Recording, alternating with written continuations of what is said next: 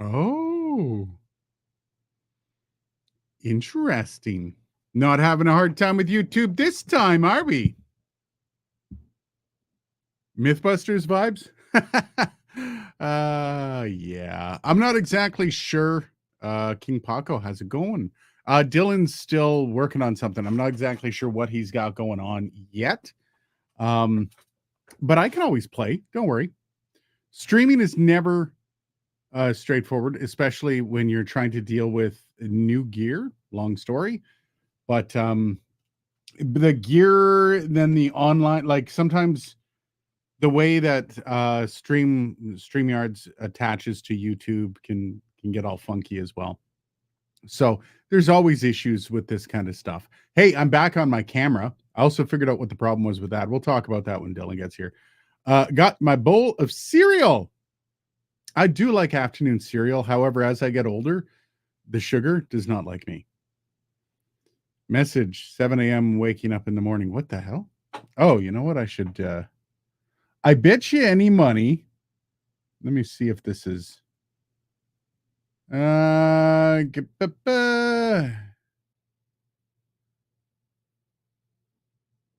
okay, come on. What? Don't mind me. Rotate to okay. All right. Never mind. We'll figure that out later. Too many buttons. Are you sure yet? Yeah, I'm pretty sure. This is interesting. Mythbusters vibes. We'll talk about that in a few. Do tell. Greetings from the UK. I like it, UK. How's it going? Finally, I made it to one of these streams again. Used to be my Friday tradition, but then you were gone once and you went back and missed every show until now. Yeah, you know what? This is until this becomes like very much not a monetizable thing, but a thing that actually like is something that, you know, once this business is up and running and we actually have like a more scheduled 9 to 5 thing, I think this thing will be a lot better. Aiden, you're always welcome on one of my streams. Yours will look like the most organized ever in comparison. Streaming is not easy. Streaming itself, like I'm not gonna lie, I look at what gamers do and it impresses the shit out of me. The idea that somebody can go do a game, like play a game nonstop for 4 hours and not have any stream issues is beyond me. I do want to look into like Streamlabs and stuff like that, but I went with this because a lot of stuff is already baked in. I don't have to do it myself, but you know. I do want to show something off. Missed last week because my cat was very unwell. She's getting better now. That is sweet. I do want to show something off here. This is my new dog. This is Bob. Bob. See, he's looking at the camera. Bob says hi.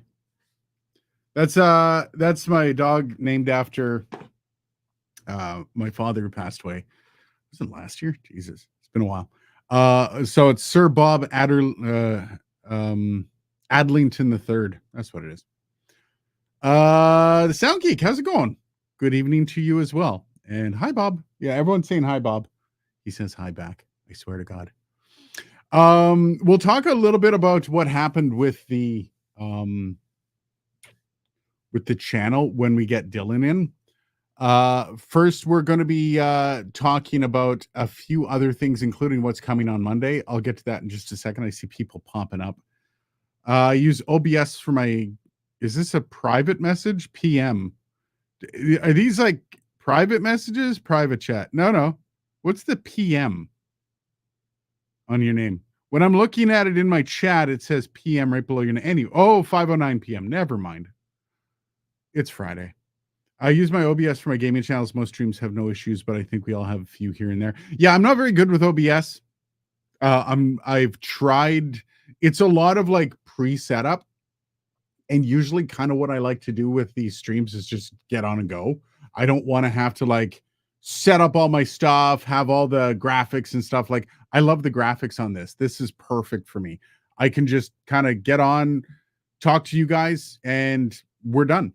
I use StreamYard till I find something cheaper and better. I've heard rumors that StreamYard is going up since they sold, and the price is going up quite a bit. I paid $200 for a year, which is $200 US. In Canadian, that's like 260.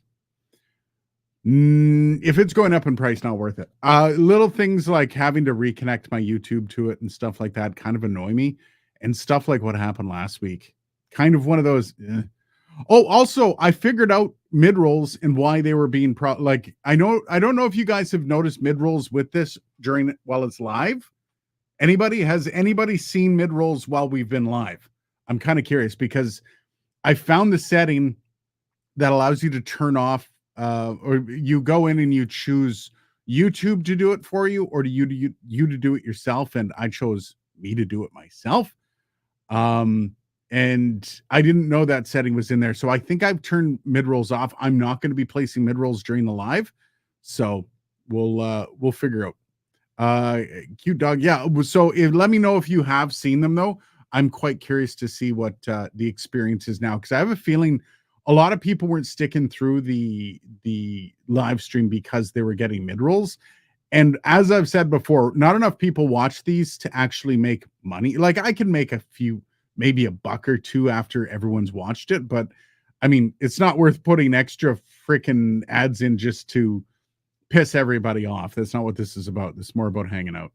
Yeah, the comments up on screen, Danny, that's like legit one of the best parts of this. I love the comments coming up on screen. StreamYard just jumped from 25 to 45 a month for the standard plan. So for a year, that's going to cost about $400. $400 for this shit. Nah, I'll skip that. Beresford, I saw the mid-rolls sometimes. Well, I apologize. If you have been getting mid-rolls on this channel, I do apologize. I haven't been making shit for it. Like, it's funny when you only have, like, I think a live stream on this channel gets maybe 300 views on a good day.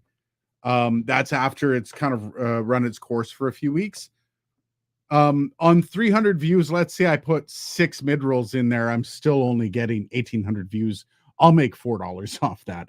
Not worth having mid-rolls on and pissing my audience off. That is for sure. Like having mid-rolls on just to piss like if I was getting, 4,000 live views, maybe throw a couple in, but yeah. Oh, look who's here. Look who's here. Look who's here. Look who's here. Dylan's in. We're just finishing up a couple things. We'll get to you in a second, Dylan. I'm kidding. How's it going, buddy? He goes, yeah, good times. Friday, eh? Yeah, we're back to that. I was talking to StreamYard, talking to Action Podcast. He said that StreamYard, this is going up to $45 a month for the standard plan. Ooh. I paid $200 for the year. It was $25 a month or $200 for the year. If that means this is going up to $400 a year, we're going back to OBS very soon. Yeah, no kidding. I have YouTube Premium, so I don't see the ads. Yeah, I don't see, and that's the thing. Like, I don't understand. Do you have YouTube Premium, Dylan? No, no. How? I avoid looking things up on YouTube at all costs. But I also just suffer through the ads. Like whatever. It's no, man. I have a couple other accounts that I sometimes will watch stuff under if I don't want to fuck up my algorithm. And like, you're watching some random stuff about what was I looking up? Oh, so when I'm looking up videos for doing Tyler's podcast, which is The Minds of Madness, I don't want a bunch of true crime going through my YouTube algorithm. So I watch it through a different, and having to watch the ads it makes me die a little inside. Oh, I just use it as a signal to tell me to check my email. That's basically whenever something like that happens, I'm like, all right, you do whatever you want to try to sell me, and I'll just not listen and do something else. I'll play Candy Crush for the next 30 seconds. But mid-rolls, dude. They are irritating, especially if they're like strategically placed. It's just like, hey, we'll tell you this really, but first. Yeah, I have a few mid-rolls in some of my videos. Some of the better performing ones, I put them in. Yeah, you're annoying. I hate that. Well, I mean, it's also like, hey, we're trying to run a company here, and in TV, in a 30-minute show. Okay, this is why I don't have a problem with it. In a 30-minute show, if you're to watch on TV, only 22 minutes of that 30-minute show is the actual show. That means in 30 minutes, you have 8 minutes of spots that you have to sit through. And they're usually, I think, in four chunks. So that means 2 minutes of sorry, I keep putting my hand in front of the mic. That means 2 minutes of commercials 4 times throughout the half hour, 8 times throughout the hour. So if I put in a mid-roll in the middle of a 10-minute video, that means you're watching about 30 to 45 seconds, if you can't skip, of that in 10 minutes. That's way below. And it helps the channel. Like literally helps the channel. It gets the channel to grow. Do you still hate it? I as a consumer, I hate it. I don't it's just annoying, right? I mean, there's things that we have deemed that are necessary that are just annoying. Advertising in general is annoying. It doesn't really matter what the money from the advertising, doesn't matter where that goes.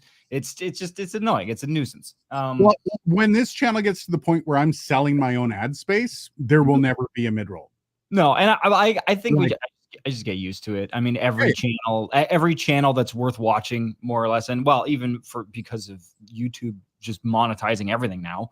It doesn't matter what you watch. You could watch a cat video with 300 views, and boom, ad. Well, Jerker says, I don't understand why people are so opposed to YouTube Premium. You also get YouTube Music with it, which, by the way, is my music service.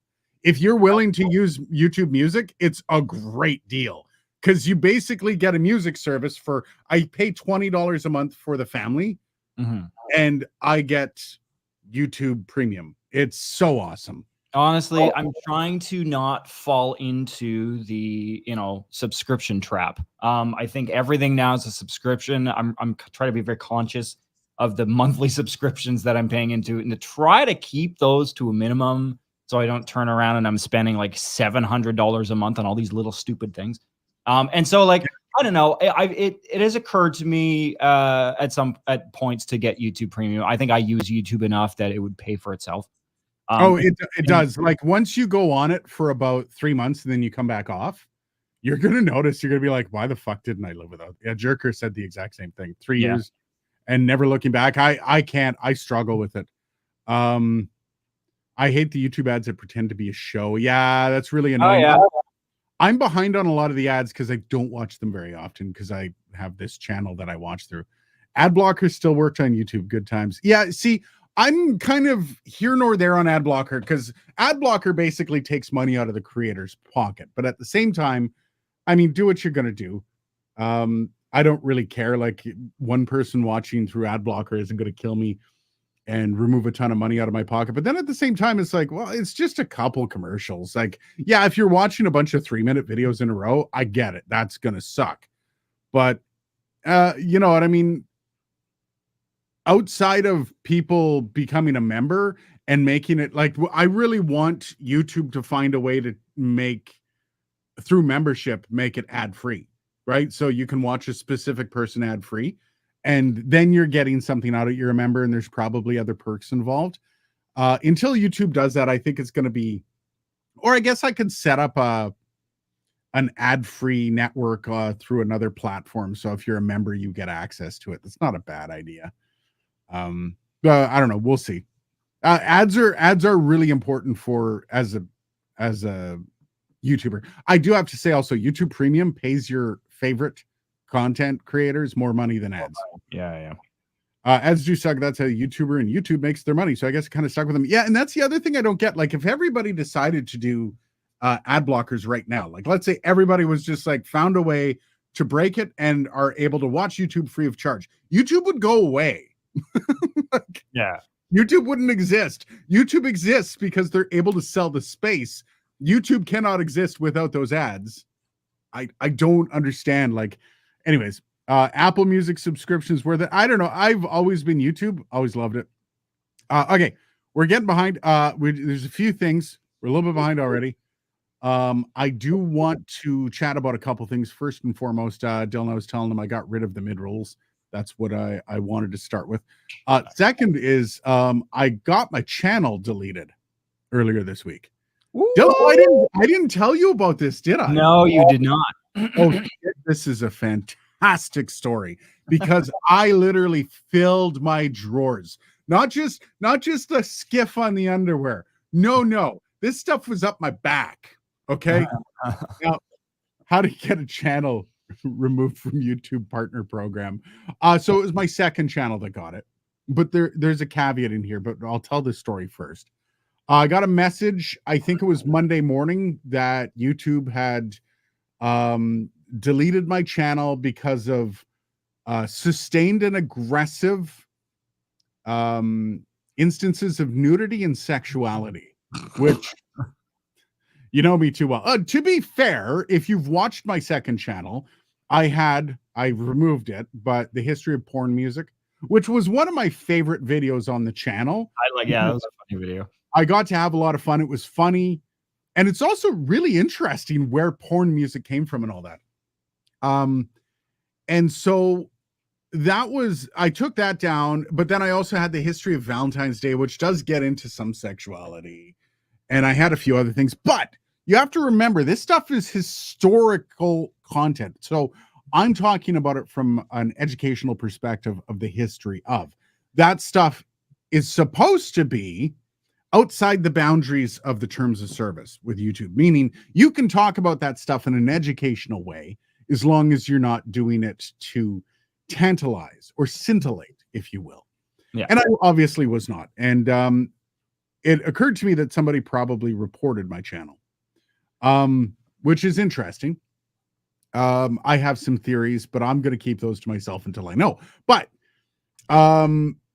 so they deleted the channel, and there was about a 48-hour period where I was putting in an appeal that I was shitting my pants and I had no idea what was going to happen because technically the channels weren't linked.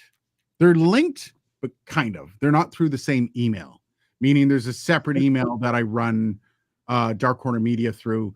However, it wouldn't take much for YouTube to realize. And then what ends up happening is if you've had one channel deleted, they delete everything. You're not allowed to own a channel ever again on YouTube if you get one deleted for basically going against the terms of service. That's why you don't see these guys that are conservative talking point guys that have restarted a YouTube channel because they can't. Once it's deleted for abusing terms of service, it's gone. Meaning this channel was in direct jeopardy. And I was already making plans to transfer it over to my wife's name and like restarting a channel under my wife's name. Cause it's like, yeah, I'm small enough potatoes that I don't think they would notice or care. But I was like, oh my God, what am I going to do? And they got back to me and they're like, okay, we realized we were wrong. Sorry. Here's your channel back. At which point I cleaned my pants. Good yeah. And then I went in and I kind of think I figured out what happened. There's a Renaissance painting in the history of, it was the history of Valentine's Day, where I'm talking about where Cupid came from. Cupid's covered up, but his mom isn't. It's a Renaissance painting of, what's her name? The goddess of love. Venus. Venus, thank you. And it was topless, but it was a Renaissance painting. So I went and I blurred out her boobs. There you go. If a Renaissance painting's gonna get you demonetized, I mean your time has come, my friend. Yeah. Anyways, so that was my story of this week. I still am a little shaky. Like the idea that all this evaporates in a matter of a day is bloody terrifying, and it's never even occurred to me. And I know Bandrew went through this. Bandrew had all of his channels taken down last year, I think it was, because he had some content on his personal channel, the Bandrew Scott channel, I think it is. And he was able to talk to them and get it figured out. I'm not exactly sure how. I believe it happened through Twitter, but what a wild ride. What an absolutely wild ride. So this might have been a very different Friday for me. Watch time share from YouTube Premium. Aggressive Aiden porn. No. I'm not aggressive with my sexuality. Don't worry, guys. I don't put that on anyone. I've only shown my nipple on this channel once or twice.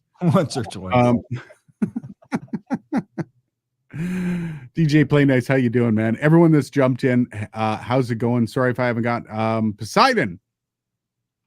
My father spent his entire career as a sales manager for radio. Interesting. Nice. Ads were literally responsible for everything I have. I despise ads with a passion. That's why I pay extra for ad-free tiers. Yeah, you know what? And that's the thing, right? Like paying for free 100% of the time. And also knowing that it goes to support the people that you like watching. All right, so we're going to move down a little bit. What I miss, Captain Flips, how's it going? Didn't miss much. We just talking about my channel getting almost deleted. Action podcast, aggressive nudity. If I'm ever naked on YouTube, people will think they're looking at an orangutan documentary. Hairy, are you? I'm not very hairy. I'm actually a hairless wonder, but that's also not part of the channel. I've never shown that. Yeah, known instances of haters doing report bombs on channels.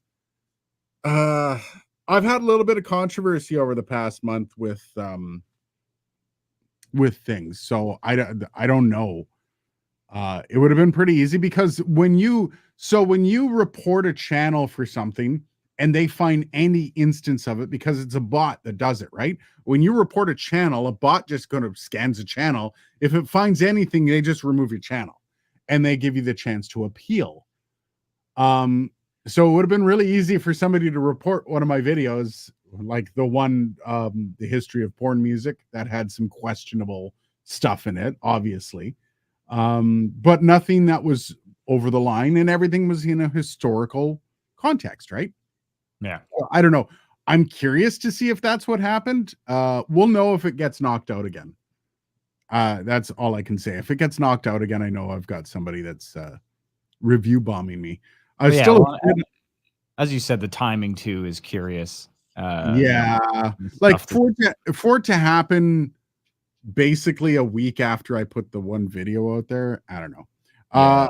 There's still a vid on YouTube with a guy showing his balls, but they won't delete it because it's educational. Joe Audio, how you doing, buddy? I don't know if this is your first time commenting today, but no, it's not.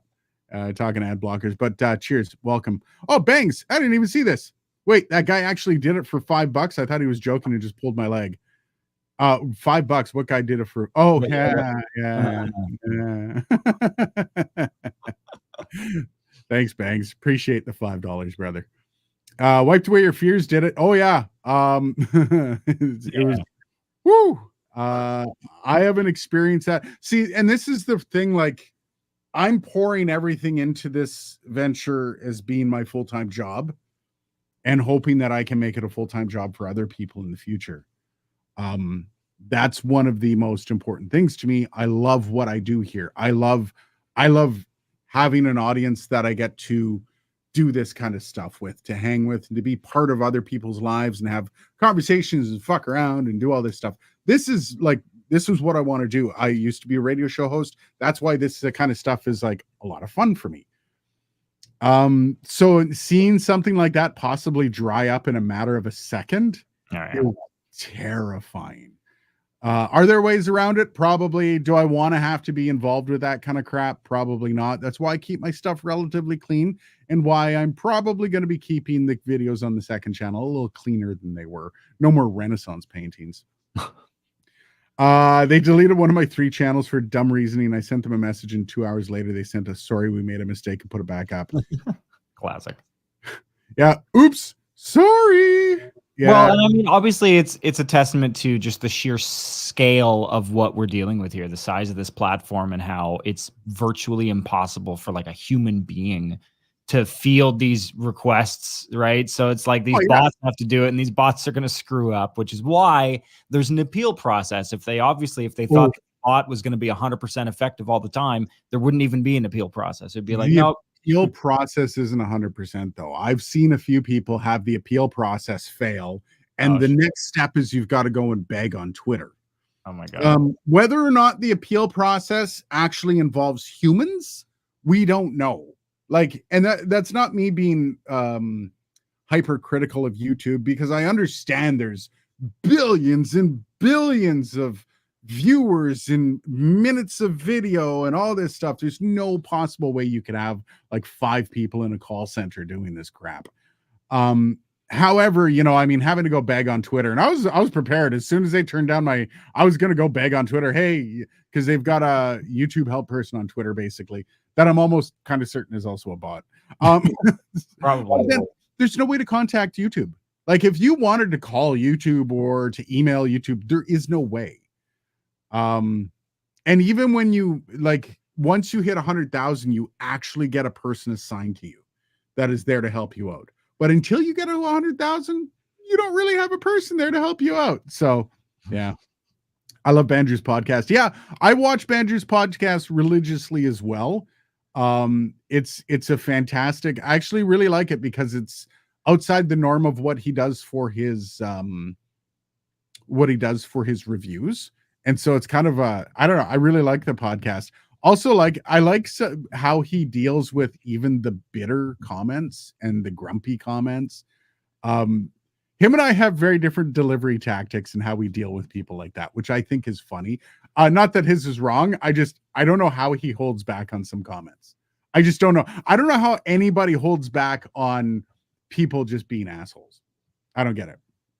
What other streaming service would you move to if you had to Float Plane? I would do Float Plane in a second, but I mean, with the crowd that I've got now, I mean, I don't think I would be able to replace the income that I've got off YouTube very easily on something like Float Plane. I would, like, as I get bigger and as things, yeah, I would more than likely probably just launch a channel under my wife. And that would be, you know, don't tell anyone, but that would probably be the way it would go. And that's fine because my wife's allowed to have a YouTube channel. It's not per household. So, you have to be quite big to be invited on Float Plane. Yeah, I'm pretty sure that's part. I mean, if you're capable of bringing money in for Float Plane, I don't think they care. I really don't think they care whatsoever. I hate how bot forward YouTube is. Yeah, you know what? I do too, but I can't even imagine how hard it would be to run YouTube without bots. Like everything, there's so much involved. Well, and Like, I'm sure now, like even, you know, again, times like you said, Aiden, times when you think you're dealing with people, I'm sure now that's just mainly been replaced with AI. I mean, AI is capable of some pretty high level kind of customer servicey type stuff like that. So I would not be surprised if like yeah, layer 1 is just shitty bot, layer 2 is full on like AI of GPT model of some kind. yeah. I'm actually doing a gear review this month. I hope the company is ready as I have as twisted a sense of humor as Bark. Yeah, you know what? Being twisted, being dark, being all that stuff is fine. There's, you know, the usual don't do any of the isms. Yeah. You know, and you're fine if as long as, but then there's, you know, there's some stuff that's edgy that can get you kicked off. So just be careful. Bark's actually a really good guy. And Bark, is twisted and dark as he is, he doesn't have any of the isms. So yeah. Minnie on cam. How's it going, Minnie? Fellow Canadians. Hey. Toronto, I believe, representing. It's very odd how YouTube greatly favors false positives over false negatives. You know what? Captain Flips. There's a good reason for it from YouTube's perspective.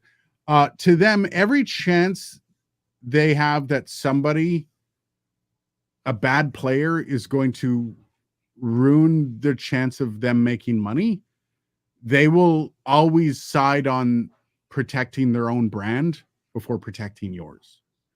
And I respect that. Like if I had to remove Dylan from my channel because Dylan may have done something, I wouldn't necessarily strike him dead, but I might actually have to be like, okay, Dylan, you got to sit back for a second because my brand here is pretty important. Because without this brand, I have nothing. And same thing for YouTube. If YouTube wrecks their brand because they let people run ripshot over it, there's no more YouTube. And so I do agree, I do understand why they do it. It's literally to protect themselves. Yeah, it's erring on the side of caution. I'm not going to read that one out loud, but I appreciate that, the Outsider Jess. I'm just going to put that out there. Finally got the red pod mic windscreen for my pod mic USB. It's awesome. Yeah, I gotta get it. I gotta get a couple of those. I still only have the black one. Hey, the highlight of the end of my week. Aw, that's sweet.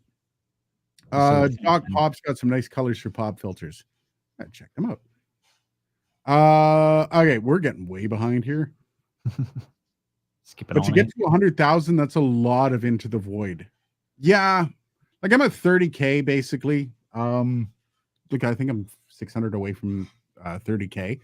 That's actually closer than you think because YouTube has this upward ramp, right? It's been relatively flat for the past year, but I'm still growing at a rate that I much faster than somebody with 1,000 subs. So 100,000 is going to happen, and the views. The important thing about subs is subs don't matter past 100 or 1,000 subs, right? Subs just don't matter. The milestones kind of matter. Like 100,000 is cool. You get a plaque, which apparently is shrinking and should be the size of a ring by the time I get it. But yeah, like it doesn't really matter. Like a person with 1,000 subs and 4,000 watch hours makes a video that gets 1 million views. He makes more money than me. That's just how it is.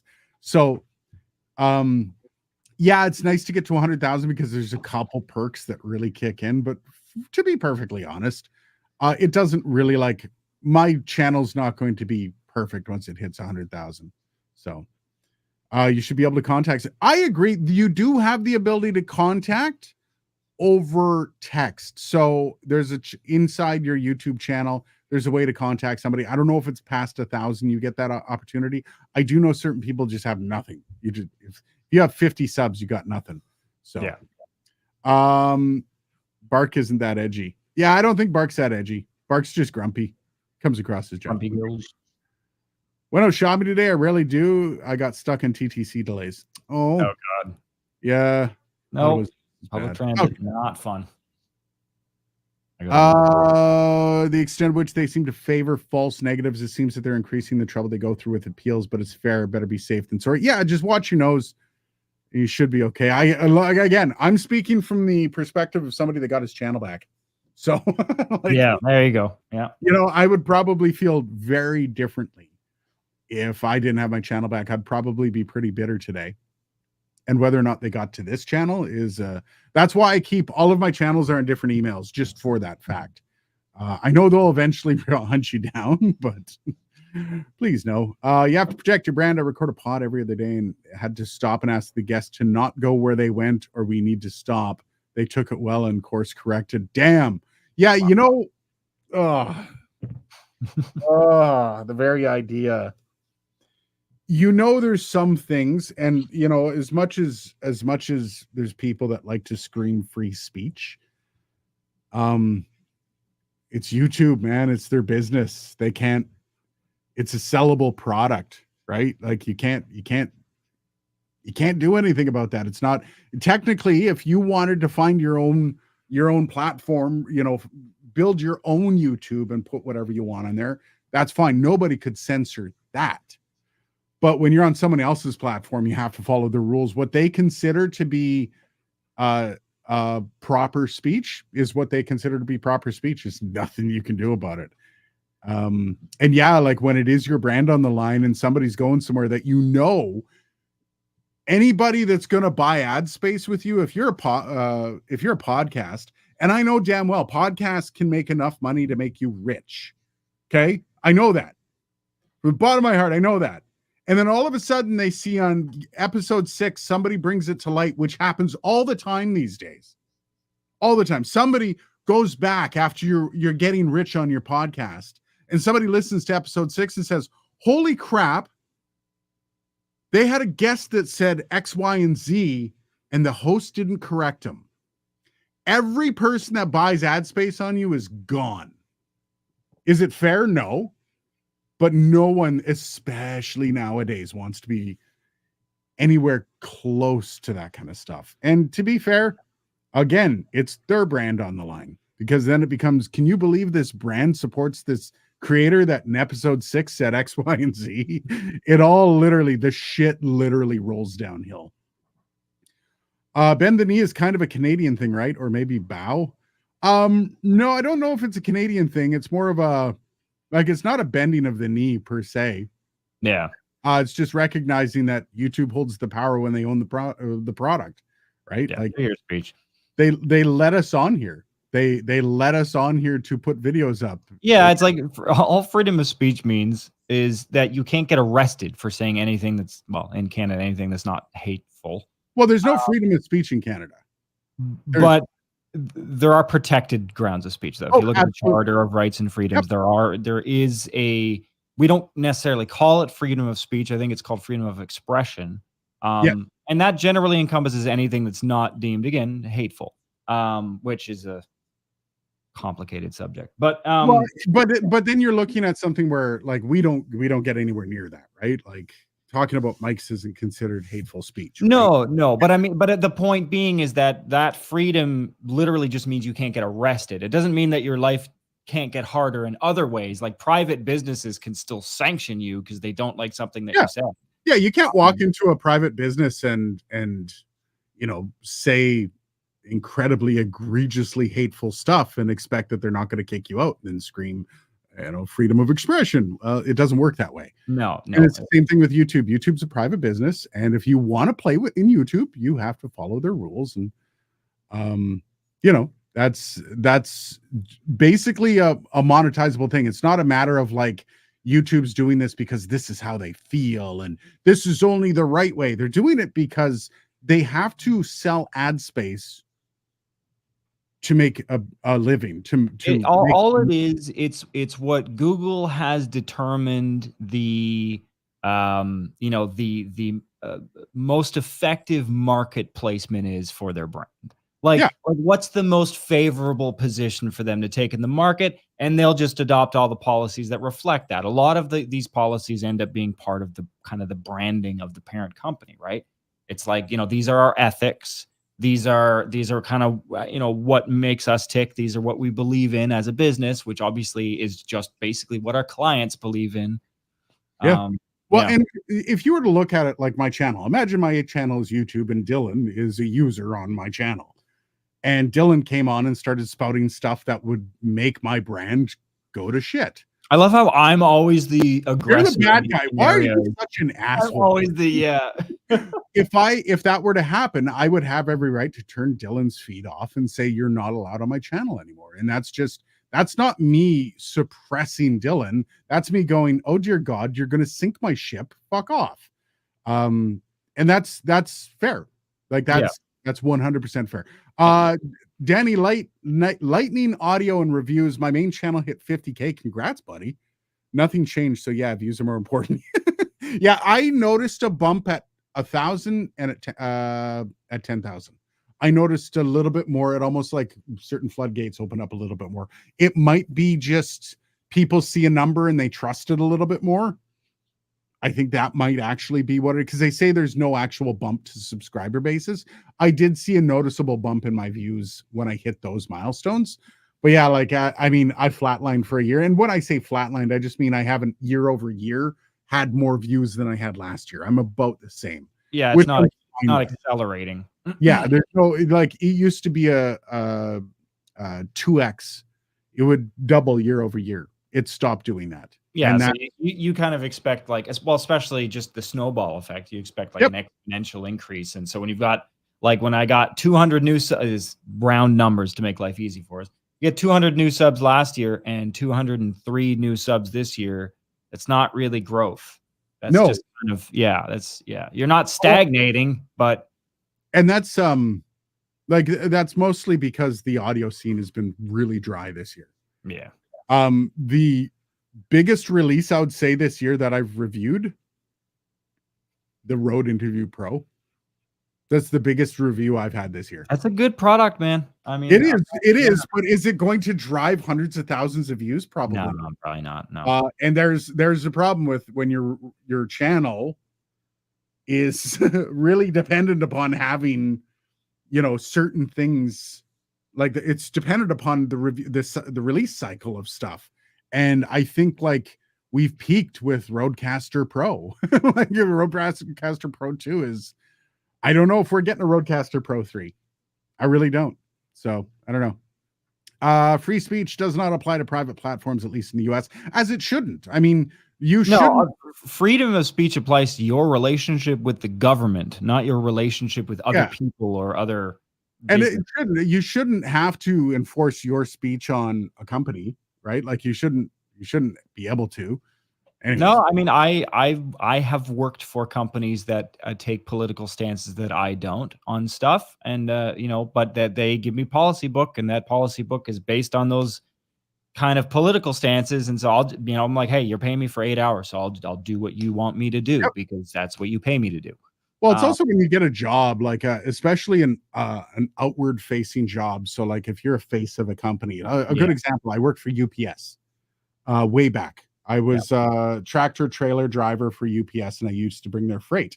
And they had rules. I wasn't able to ride the bus. I didn't have to ride the bus. I had a car, but if you were in uniform, you couldn't ride the bus. You could get fired for riding the bus in UPS uniform. You weren't able to do certain things. So if I was caught on camera swearing, I would be fired because it diminishes the brand of UPS. And it's just that's part of your job, man, because nobody wants their brand to be damaged by you.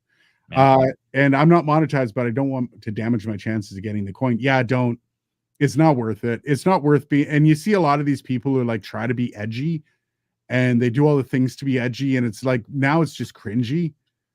And then they like bitch and moan. Oh, I didn't know. Come on. Outside of this, why I do a solo podcast. If I screw up, it's on me, right? Free speech is standing on your own cardboard box, not someone else's box, and not a commercialized box. Amen. Yeah, 100%. Businesses are liable for what they publish, public square web or not. No, and it's not liability. Like there's no liability of posting stuff online. As you can see, go on to Twitter. You can post anything you bloody well want. And that's fine.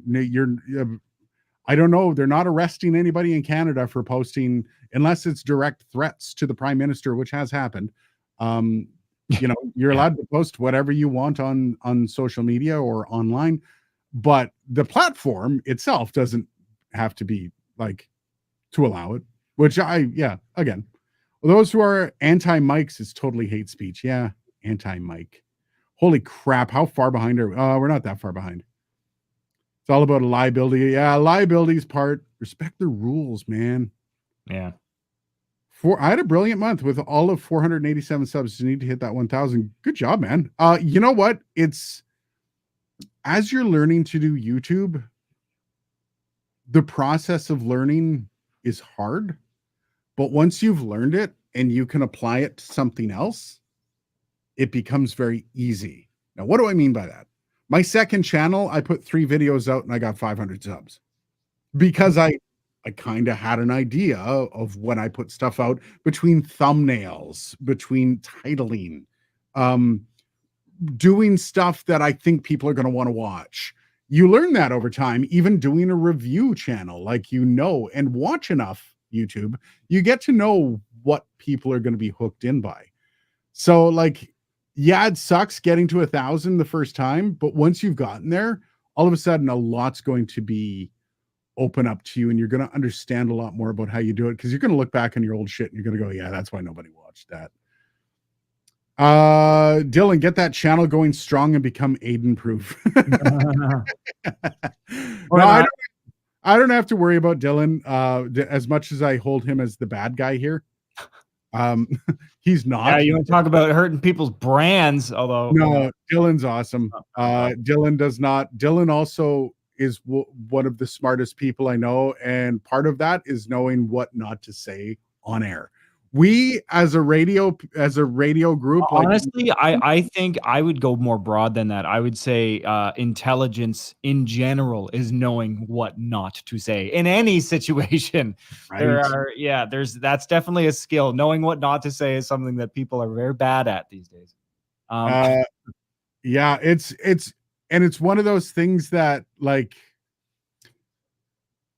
we had a reckoning between 2010 and 2015 in radio, where you go pre-2010 and the shit they said on the radio.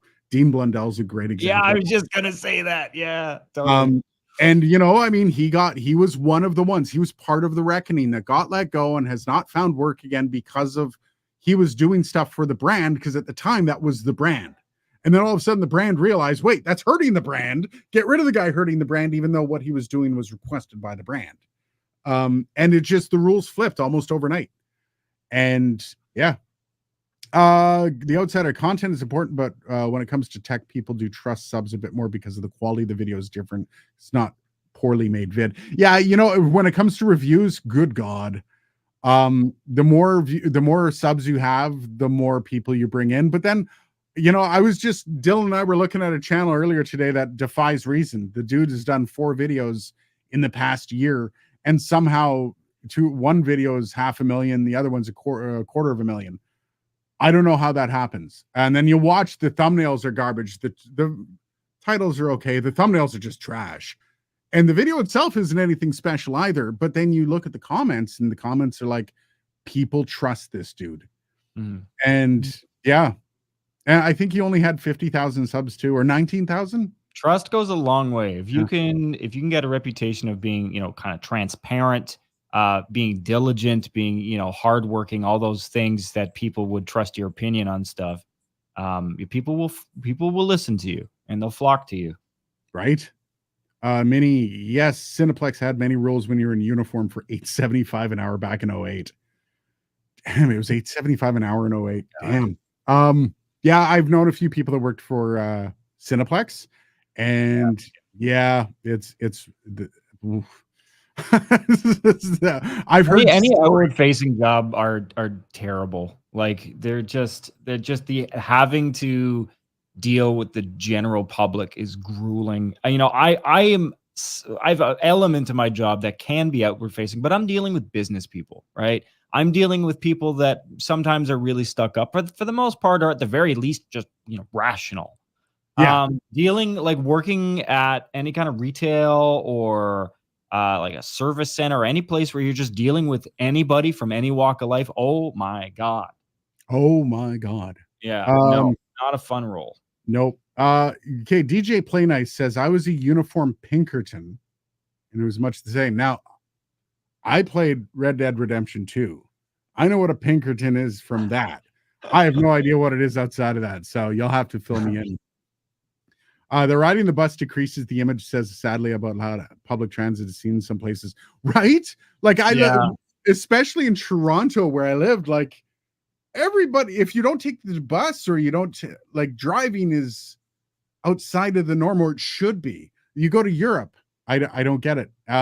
Canada and the US are pretty bad. Well, even where we are, Aiden, like Ottawa's bus service is terrible, and it's one of the most expensive on the continent. Oh, if you ever want to have like a real frustrating time, come to Ottawa and take the bus. Oh, I get a bus to work every week, and it's every day is a new fun story of what is going on. Was it 30 minutes late? Possibly. What, did somebody shit on the back of the bus? Maybe. Like it's wild, the stuff you come across. This is interesting. Danny Lightning Audio and Reviews. Danny, I don't think your thumbnails and titles are good.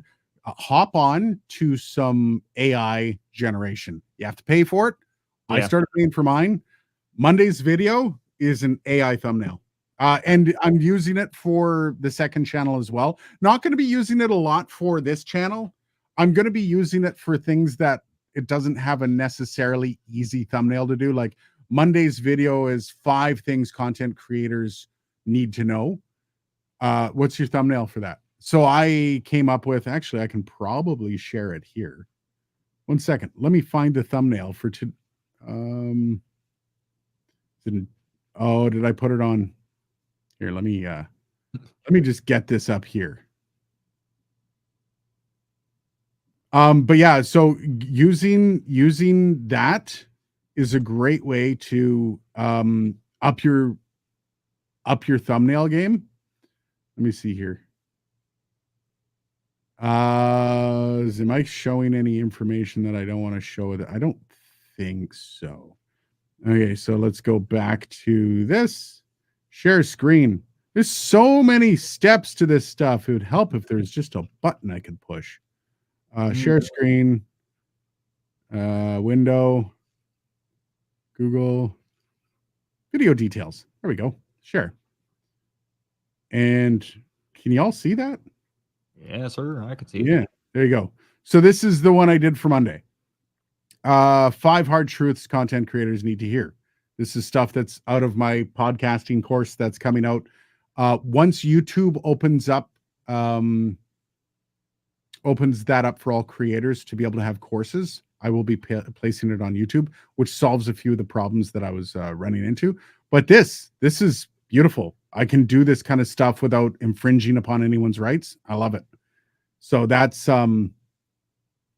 why I say get used to using AI to do that kind of stuff. Still, the stream on Flash Gordon is going great. Still, the format of the thing has shaped all my content till it stops working. Amen. Keep going, buddy. Keep going. This is an interesting one. Jerker says, I can second that. As someone with autism, the disability of not being able to know what not to say can really lead to bad situations, even if it's just a misunderstanding. Now, I have 2 kids with autism. I have a lot of people in my life. I used to teach guitar to kids with autism.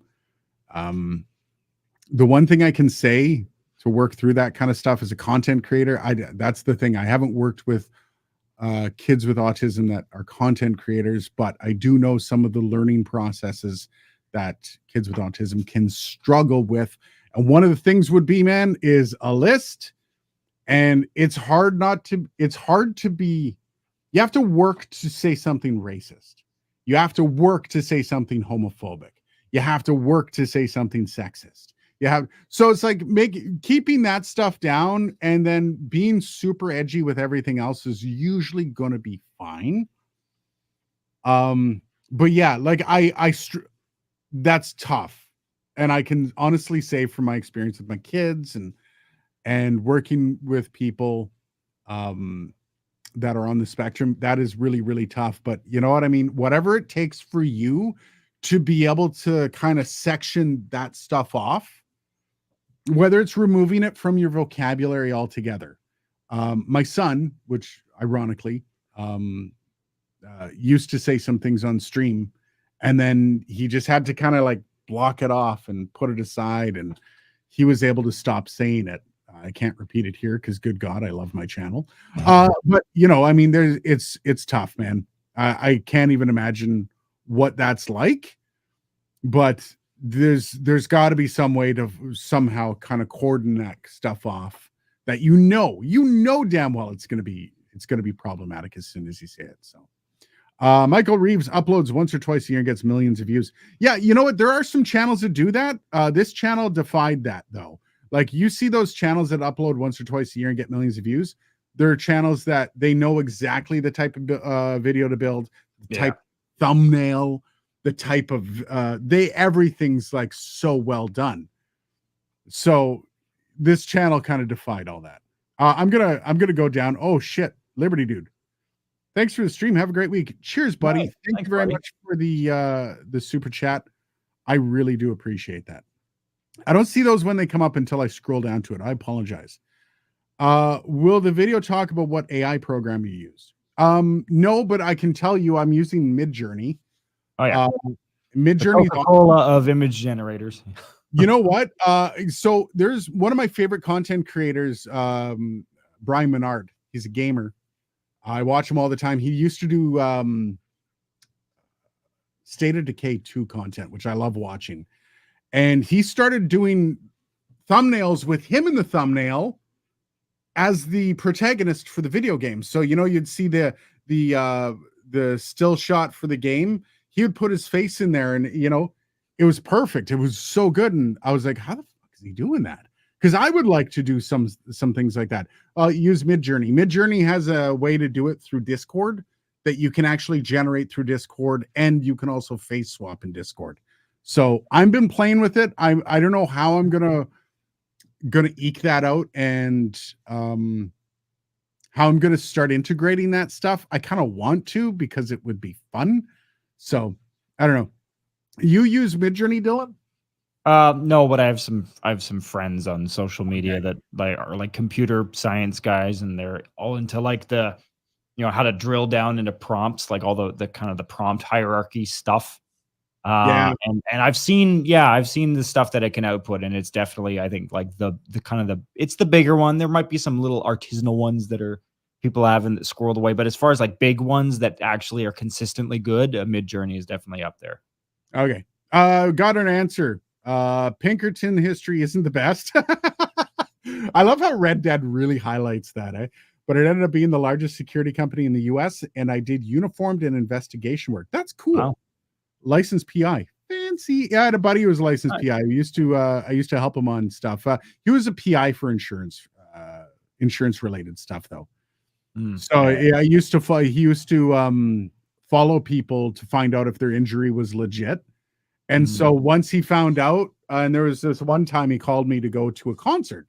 I'm like, yeah, cool, let's go. It's just some like concert in the park, nobody big, some folky shit. And we're sitting there, and there's this girl just wailing on the guitar, and she's singing great voice. And he's like, here, hold this camera. And I'm like, okay. So it's like, take video. And this is back like 2003. So like he had this like $5,000 camera, and I'm like, take some video of this. My friend really wants to see it. So I take the video, and he's like, just one song.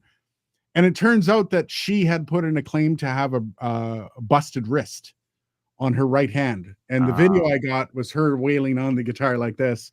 So anyways, I did want to get to one comment here. This is SR375. For courses, highly recommend Canvas LMS. I've used Canvas as a teacher. Yeah, I was just going to say.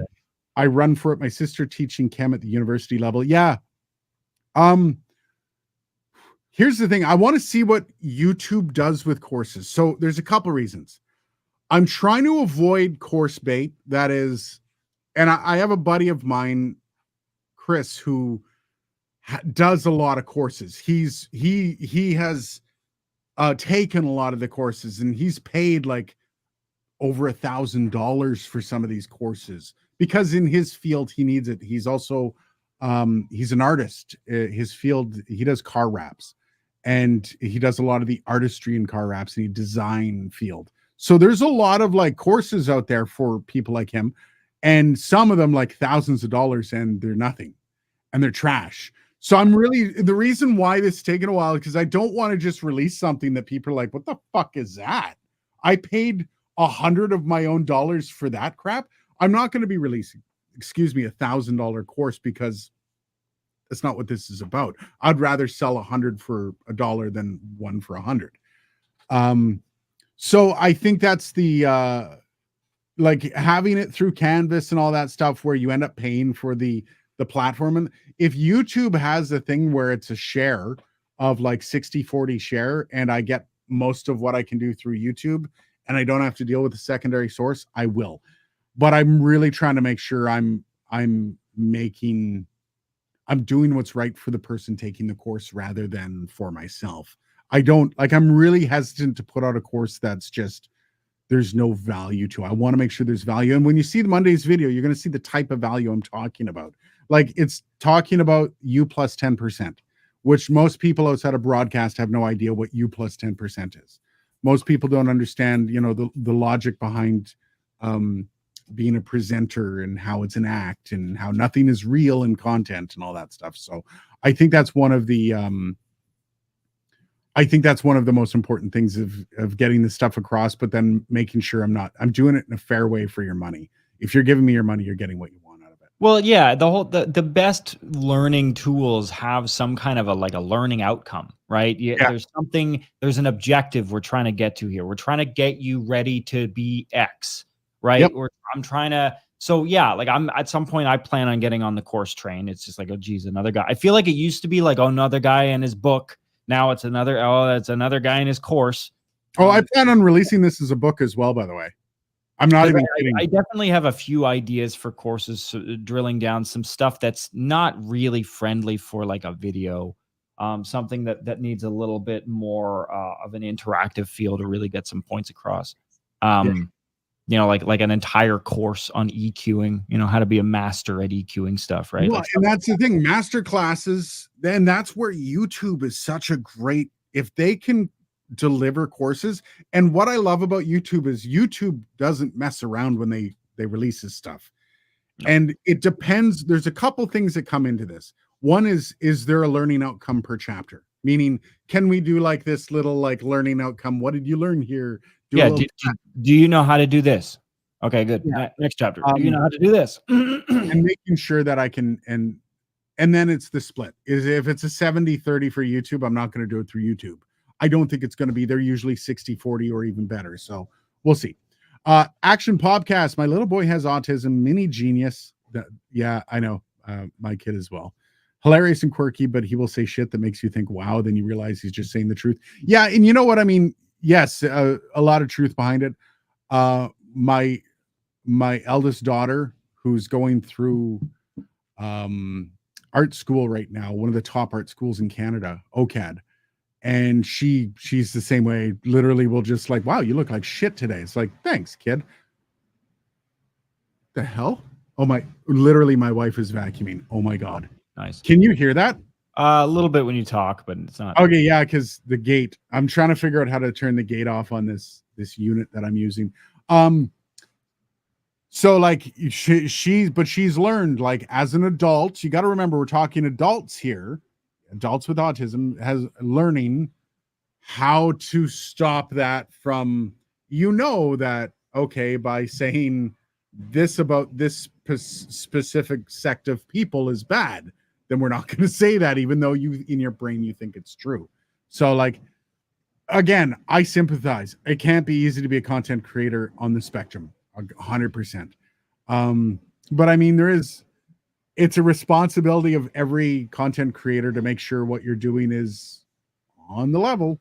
And yeah, brutal. Can't even. Because Mythbusters, love that. You saw the thumbnail for this video. Do you think it makes you look Mythbusters-esque?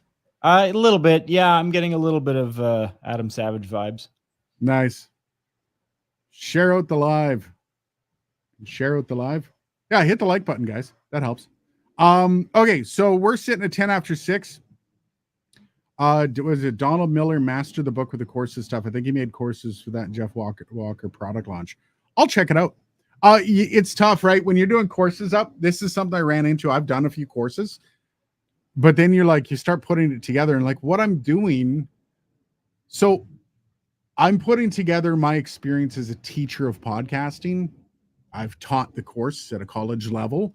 I have done successful podcasts. I'm editing for an uber successful podcast right now, and I'm relaying that information. The problem is it's different from YouTube. When you do a YouTube video, that's like 5 things that you want to avoid as a content creator. Yeah. This is more me sitting down and giving a lesson, like you're sitting in class. There's no flashy graphics. You're paying for the information that's coming out of my mouth. And there's going to be, like, the video on Monday, there should be a few things in that video where you go, oh, wow, I didn't even think of that. And that's the point. That's the stuff that I'm hoping kind of resonates. And I'm going to see how this video does.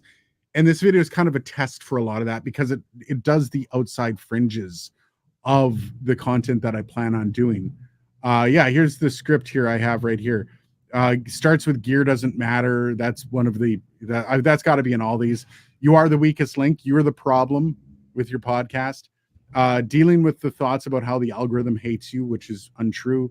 How to perform, and how to understand that you're never at your peak. All those things that I kind of go around the rim with, do rim job with, You're welcome. All those yeah, channel shut down. All those things that that you talk about in that are kind of going around the edges of the full-on content of the talk about it, but there's still things that you can get a lot from. So it's really kind of a test in whether or not this stuff works and it resonates with people. Because if it doesn't, I've already got so many scripts written up for this stuff, and I don't want to be putting out snake oil for people. No. Yeah. Hassan Niz. This is the last one, and then I'm going to go. What audio interface are you using? I cannot tell you. And that is all I'm going to say. I am unable to tell you. I apologize, but I will be able to tell you soon, if that helps. All right. I love you all. I appreciate it. Thanks for coming out, guys. This was we had 20 people. So, by the way, just to leave, before we leave, Dylan, I turned off Midrolls for live stream. I didn't know how to do it prior, and I finally found it in the settings. Nice. I'm pretty sure that's why we still have 28 people here. Yeah, the midroll. I think people drop off. I have a feeling we have lost people on Midrolls over the last like 8 or so weeks. So That's all it. right, Hey, guys. if you have YouTube Premium, you don't get any mid rolls. Have yourself a great day, guys. We'll see you next week. Cheers. Ciao.